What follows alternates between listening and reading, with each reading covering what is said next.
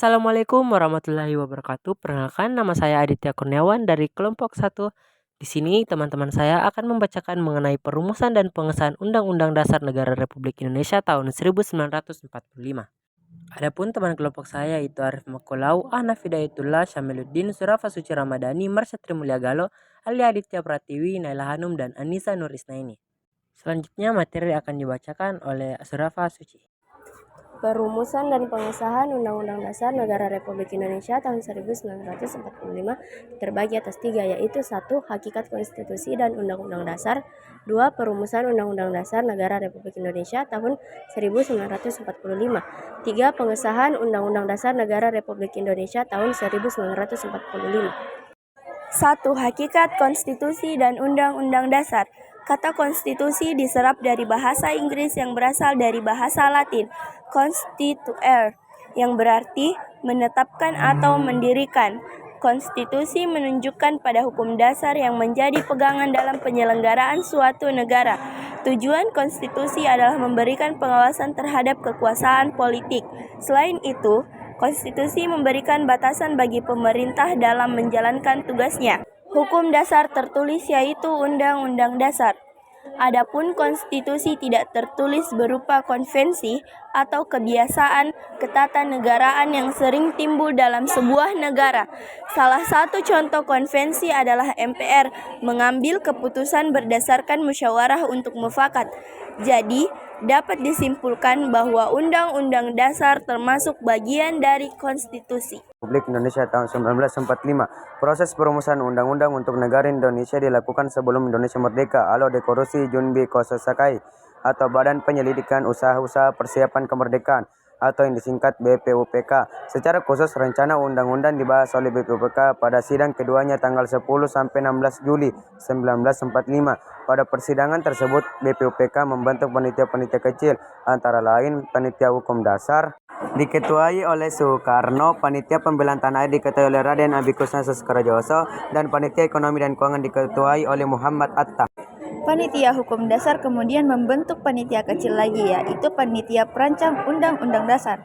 Tugasnya merancang isi Undang-Undang Dasar.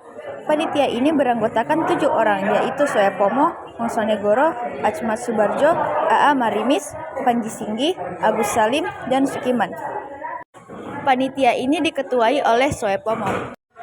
Pada 13 Juli 1945, Panitia Perancang Undang-Undang Dasar membahas dan menyepakati beberapa hal, seperti lambang negara, negara kesatuan, sebutan Majelis Permusyawaratan Rakyat, dan pembentukan Panitia Penghapus Bahasa.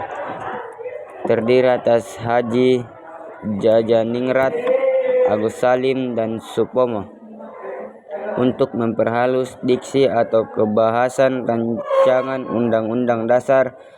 Ada 3 hal pokok yang disampaikan dalam laporannya, yaitu sebagai berikut. A. Pernyataan Indonesia Merdeka. B. Pembukaan Undang-Undang Dasar. C. Batang tubuh Undang-Undang Dasar yang kemudian dinamakan sebagai Undang-Undang Dasar yang isinya meliputi 1. Wilayah Indonesia adalah sama dengan bekas Hindia Belanda. 2. Bentuk negara Indonesia adalah negara kesatuan. 3. Bentuk pemerintahan Indonesia adalah republik. 4. Bendera nasional Indonesia adalah sangsaka merah putih.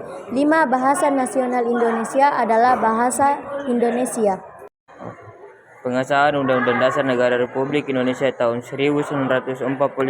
Pada 7 Agustus 1945, BPKUPKI dibubarkan karena telah menyelesaikan tugasnya. Selanjutnya, Jepang membentuk PPKI untuk melanjutkan tugas melansir dari situs Kiblit-But. Sidang PPKI pertama dilakukan di Gedung Tuyu Sangin atau Gedung Pancasila.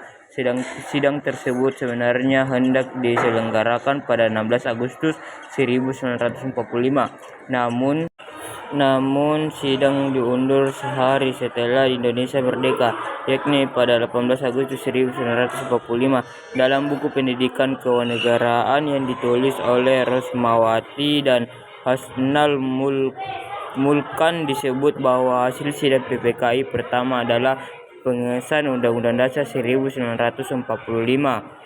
Undang-Undang Dasar 1945 terdiri dari pembukaan 4 alinea, batang tubuh 16 bab, 37 pasal, 65 ayat aturan utama, 4 pasal aturan peralihan umum dan penjelasan pasal demi pasal.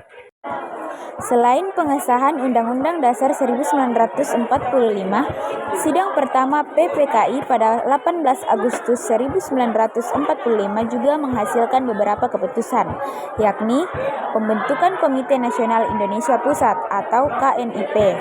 KNIP bertugas untuk membantu Presiden dan Wakil Presiden sebelum dibentuknya DPR atau Dewan Perwakilan Rakyat dan MPR, Majelis Permusyawaratan Rakyat.